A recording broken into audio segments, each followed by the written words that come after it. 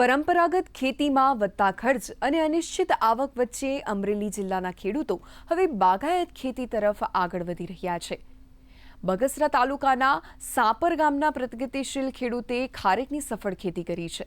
ખેડૂત સંજયભાઈ સુદાણી અમદાવાદ, સુરત, વડોદરા, રાજકોટ જેવા શહેરોમાં ખારેકનું વેચાણ કરી આર્થિક રીતે સમૃદ્ધ બન્યા છે। મહત્વનું છે કે રાજ્ય સરકાર દ્વારા બાગાયત પાકોને પ્રોત્સાહન આપવા માટે ખારેકના છોડ દીઠ સબસિડી પણ આપવામાં આવે છે।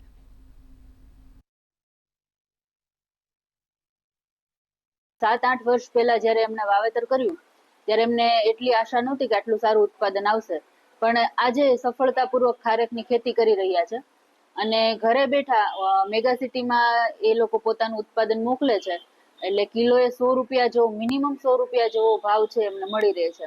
7 વીઘાની બારાહી પ્રોડક્ટનું વાવેતર કરેલું છે, 130 પ્લાન્ટ છે અને ટોટલ ઉત્પાદન છૂટકમાં જ વેચાણ થઈ જાય, માર્કેટ હરાજીમાં મૂકવું નથી પડતું અને અમદાવાદ હોય જાય, સુરત હોય જાય, વડોદરા અને આણંદ એવી રીતે બધી ગ્રુપમાં જ ટોટલ વેચાણ થઈ જાય। બાગાયત ખાતા તરફથી દર પ્લાન્ટે 1250 રૂપિયા સહાય મળેલી છે, પ્લસ ચાલુમાં બેગ પેકિંગ જે લૂમ પેકિંગની બેગો આવે એના બિલ રજૂ કરીએ એટલે એની પણ સહાય મળતી રહે।